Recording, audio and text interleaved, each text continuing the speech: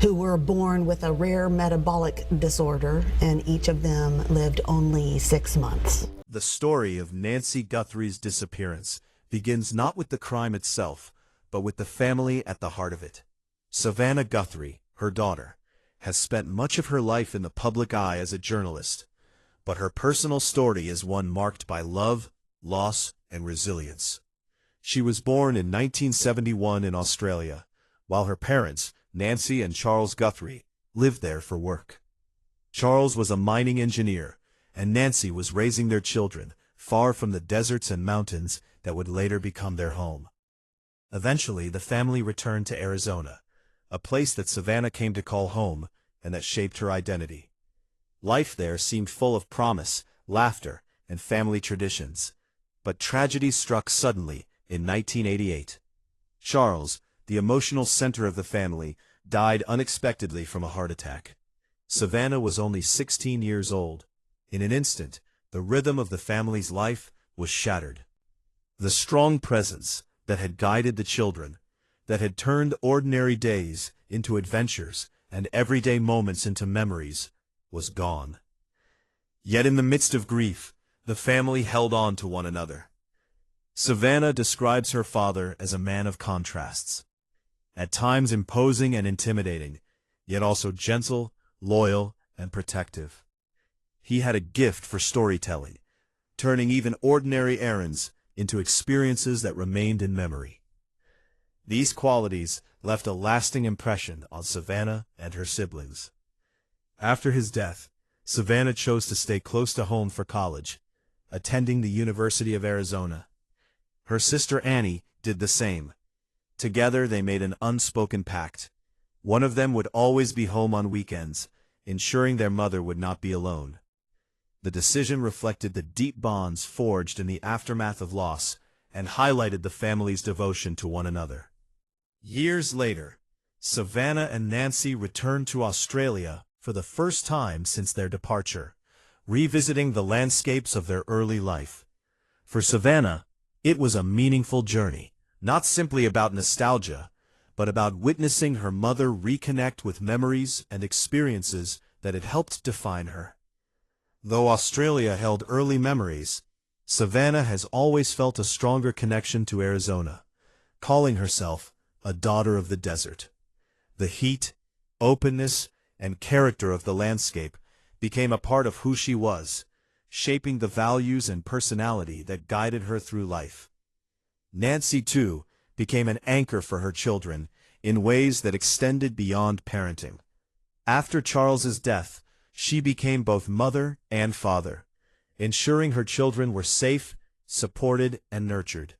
Her resilience and quiet strength became the foundation upon which Savannah and her siblings built their own lives, instilling in them values of loyalty, integrity, and perseverance. Savannah has often reflected publicly on the sacrifices her mother made, describing them as unwavering and selfless, and acknowledging that the successes her family achieved were not accidental, but the result of Nancy's dedication and guidance.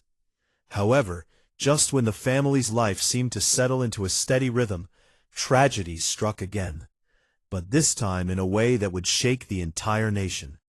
On the evening of Saturday, January 31st, Nancy Guthrie spent time with her daughter Annie, attending a family dinner and game night in the Tucson area. The night was ordinary, filled with laughter and familiar conversation, and nothing appeared amiss. Around 5:32 p.m., she took an Uber to Annie's home, which was routine and uneventful.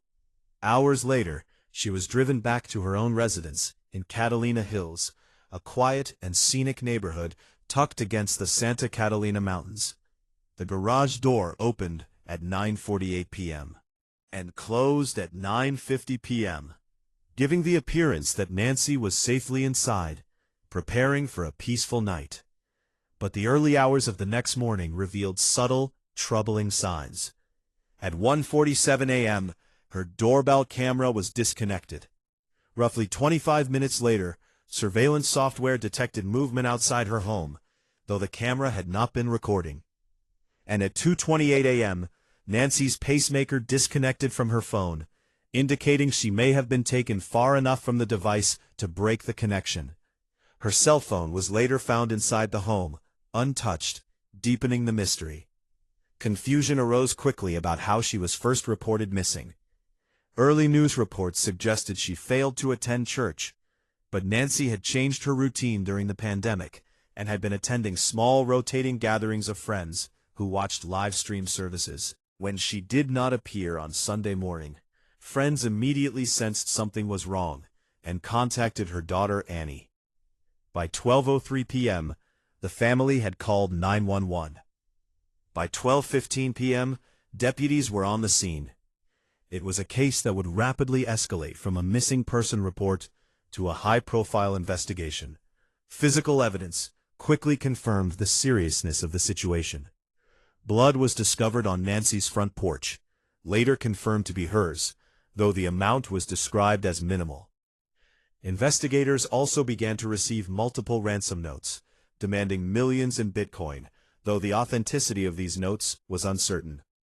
Federal investigators, including the FBI, were soon involved, and a $50,000 reward was announced for information leading to Nancy's recovery or the arrest of those responsible. Savannah, preparing to cover the 2026 Winter Olympics, received the worst possible phone call. Her mother was missing. She immediately returned home, putting her professional life on hold to be with her family. On February 4th, she appeared on social media alongside her siblings, pleading for undeniable proof that their mother was alive. She emphasized the urgency of the situation, noting Nancy's daily need for medication and highlighting the family's desperation for information.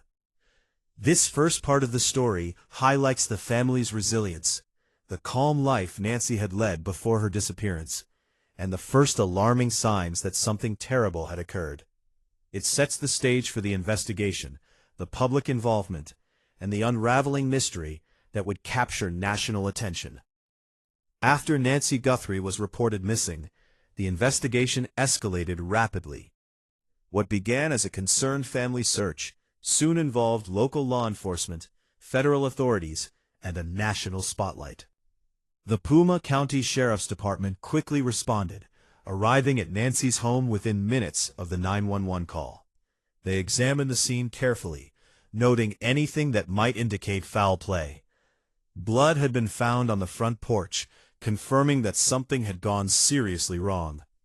Though the amount was minimal, it was enough to alert investigators that Nancy was in danger.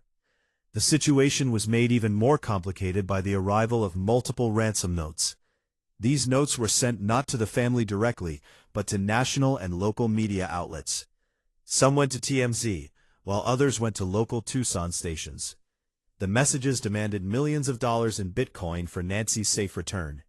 However, federal investigators were cautious. They could not confirm whether the notes were genuine or simply hoaxes designed to exploit the family. Some details in the messages seemed credible, such as referencing Nancy's Apple Watch and home security systems, while other aspects raised suspicion. Importantly, the family had not received any direct communication from the person or people claiming to hold Nancy. Savannah Guthrie, meanwhile, was grappling with an unimaginable personal crisis. She had spent the weekend with her husband and children, preparing to travel to Italy for NBC's coverage of the Winter Olympics. The call from her family shattered her plans. Without hesitation, she flew to Tucson to be with her siblings and focus on finding her mother. On February 4th, 4 days after Nancy's disappearance, Savannah appeared in a video alongside her brother Cameron and sister Annie. The family's faces were strained, etched with worry, exhaustion, and fear. In the video, Savannah addressed the public and whoever might be responsible. She pleaded for proof that her mother was alive and urged anyone involved to communicate. She explained that Nancy relied on daily medication to manage her health. This public plea was both emotional and practical, designed to reach anyone with information while also sending a clear message to the potential abductors. The family also stressed that law enforcement was working tirelessly. The FBI had joined the investigation, coordinating with local authorities to search for leads, process evidence, and track any possible suspects. A $50,000 reward was announced for information leading to Nancy's safe recovery or the capture of those responsible. Investigators scoured the Guthrie home and nearby properties. Crime scene tapes surrounded the area as detectives methodically searched every corner. Evidence markers were placed across the yard, and officers examined bushes, rooftops, and other potential hiding spots. The search extended to Annie Guthrie's home, where Nancy had spent the previous evening. Detectives carefully collected evidence, understanding that time was critical, especially when dealing with electronic devices and potential security footage. Amid this growing investigation, the ransom notes continued to stir public concern. Some contained deadlines, such as a demand that payment be made by February 5th or February 9th. However, officials were unclear on the time zones referenced, leaving investigators and the public uncertain. Federal authorities warned that anyone attempting to exploit the situation for personal gain would face serious consequences. This warning proved necessary when a man in Los Angeles was arrested for allegedly contacting the family about the Bitcoin mentioned in the ransom notes. Investigators later determined that his messages were unrelated to the original demands, representing a separate attempt to profit from the family's anguish. The emotional weight of the situation grew heavier as days passed. On February 4th, Savannah's social media video was shared widely, showing the public the family's desperation. She spoke directly to her mother, promising that the family would continue searching until they were reunited. The video highlighted both the emotional stakes and the urgency of the case. During this period, investigators had to navigate conflicting reports, rumors, and online speculation. Questions arose about whether there had been forced entry into Nancy's home. Sheriff Chris Nanos declined to confirm or deny these reports, emphasizing that certain details could not be shared publicly to protect the investigation's integrity. The lack of clear information left room for conjecture, increasing public anxiety. Meanwhile, law enforcement continued to search for tangible evidence. Surveillance footage from the Guthrie home became a focal point. Initial reports suggested that no active recordings existed because Nancy's doorbell camera did not have a paid subscription to store video. However, investigators discovered that footage could still be recovered from residual cloud storage. Google's Nest system, unlike many other doorbell cameras, temporarily uploads video clips to the cloud, even without a subscription. This allowed forensic experts to reconstruct portions of the timeline, though it was a complex and time-consuming process. By February 10th, the recovered footage provided the clearest look yet at a possible suspect. A single figure appeared outside the Guthrie home in the early hours of the morning. The individual wore a black jacket, light-colored pants, a pale backpack, and a ski mask that concealed the face completely. Vinyl gloves covered their hands, and a handgun was visible in a holster across their chest. Their movements were deliberate and methodical. The person adjusted the doorbell camera and even used a branch from a nearby plant to obscure the lens. With the flashlight clenched between their teeth, their hands remained free to work, displaying a disturbing level of planning. This footage transformed the case from speculation to certainty. There was now a person, a moment, and a clear act of intent. Savannah quickly shared the surveillance stills on social media, urging the public and anyone with information to contact the FBI or local law enforcement. Within minutes, thousands of comments poured in, and the story dominated headlines nationwide. The family's pleas, combined with the visual evidence of a possible suspect, intensified the urgency. While law enforcement had mobilized all available resources, public assistance remained critical. Thousands of tips were submitted, each being carefully reviewed by teams of investigators. Every small detail, whether a suspicious neighbor, a vehicle seen in the area, or unusual activity reported online could potentially lead to Nancy's recovery. Meanwhile, the pressure on Savannah and her siblings was immense. Savannah had temporarily stepped away from her high-profile role covering the Olympics to focus on her family, demonstrating the personal sacrifices made in moments of crisis. She continued to share updates, coordinate with law enforcement, and advocate for anyone with information to come forward. In addition to the immediate search, investigators were also monitoring possible hoaxes. The first ransom note had been sent to multiple media outlets, and the second, while different in tone, also lacked direct proof that Nancy was alive. Officials remained careful in handling each message, verifying details and consulting forensic experts to ensure that resources were focused on credible leads. Each day brought new developments. The public watched closely as the family's social media appeals became increasingly emotional. Every deadline mentioned in the ransom notes, every unverified report, and every sighting or rumor added tension.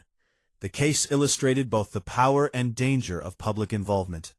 Attention could generate tips, but it could also spread misinformation. By the end of the first week, investigators had fully mobilized. Federal, state, and local authorities coordinated searches, examined evidence, and conducted interviews. The public remained engaged, sharing messages and reporting suspicious activity. Through it all, Savannah and her siblings maintained their emotional appeals, emphasizing that their mother was not a headline or a case number, but a woman with health needs, a life, and a family desperate for her safe return. The recovered surveillance footage and the subsequent public sharing of images marked a turning point in the case. For days, uncertainty had dominated the narrative, but now there was tangible evidence of a person outside the home, tampering with security equipment, and possibly armed. This raised new questions. How long had the suspect been in the area? Had there been previous reconnaissance? What other evidence might remain undetected? Each question increased the urgency for investigators and for the family. In the midst of all this, Savannah's determination remained clear.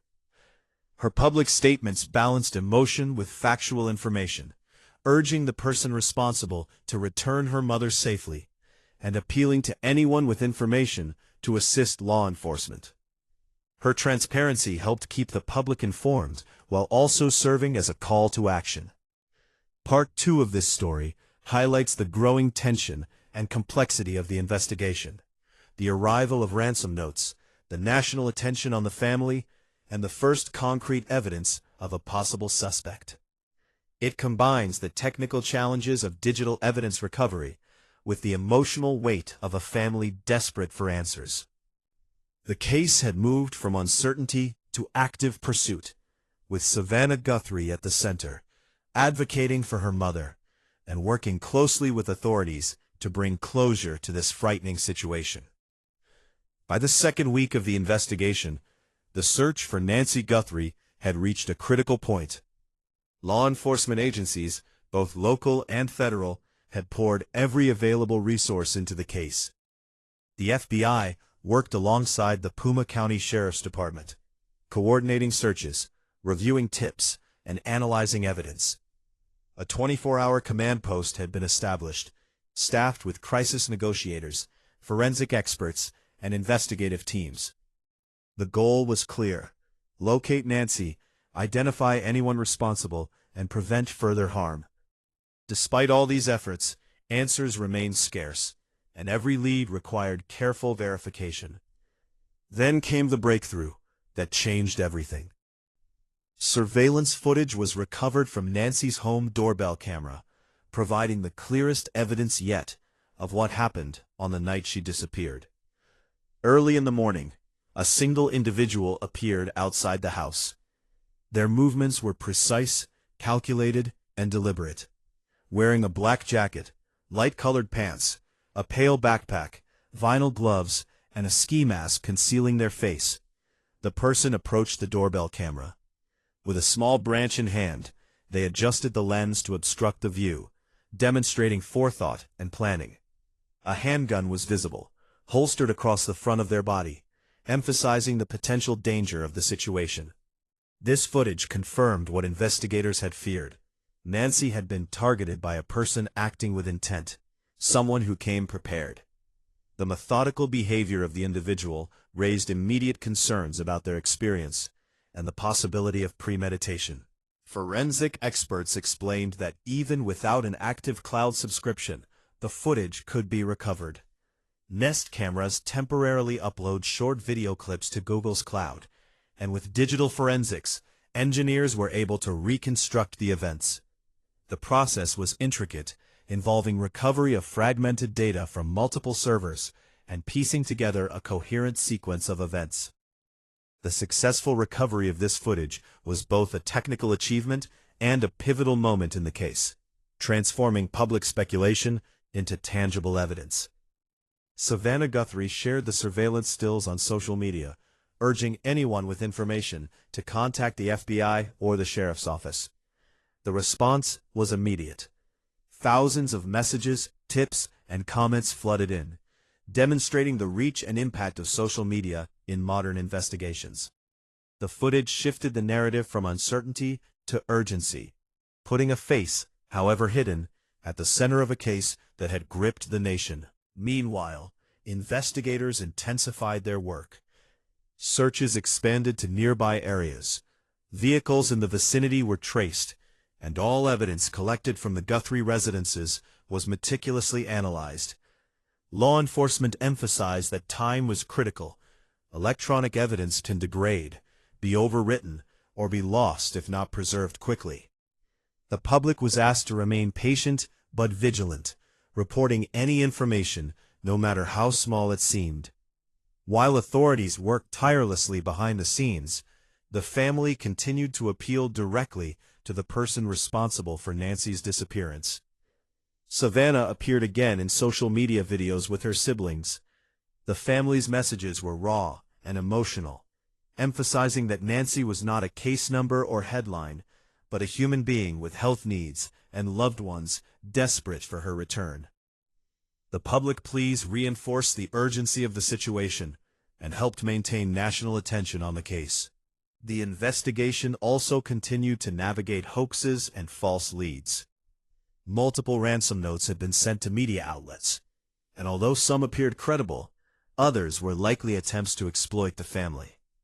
Authorities carefully evaluated each message, working to distinguish genuine threats from opportunistic hoaxes. Every day brought new developments, but also new uncertainties. Law enforcement confirmed that no direct communication had been made with the family from the alleged kidnappers, and no suspect had been identified.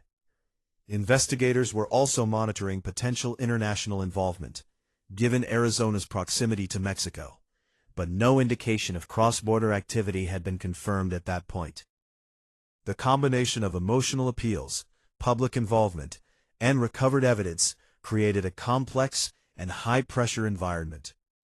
Savannah Guthrie's transparency helped bridge the gap between the family's personal anguish and the public's desire for information.